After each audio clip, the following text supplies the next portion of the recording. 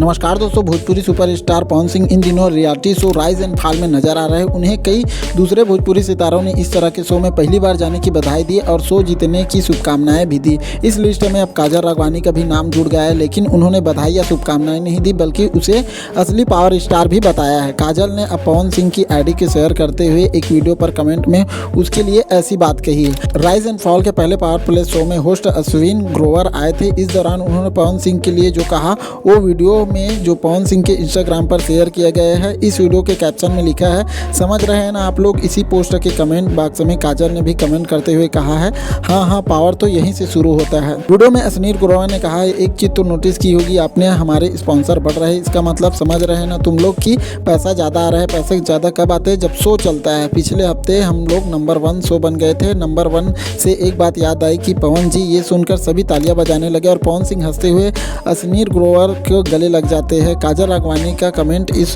Post में highlight हो रहा है। कमेंट बॉक्स में काजल के अलावा पवन सिंह के फैंस भी उन्हें पावर स्टार बताकर हार्ट इमोजी सेंड कर रहे हैं। आप लोगों को बता दें कि भोजपुरी सिनेमा के 2 फेमस स्टार काजल राघवानी और पवन सिंह के कई सुपरहिट फिल्में दी है। पवन के साथ काजल ने भोजपुरिया राजा, सरकार राज, मैंने उसको साजन चुन लिया, पवन पुत्रा, बाज, गईल, डंका, प्रतिज्ञा 2, तेरे जैसा यार कहाँ, बॉस, धर्मा और हम है राही प्यार की जैसी फिल्में की है।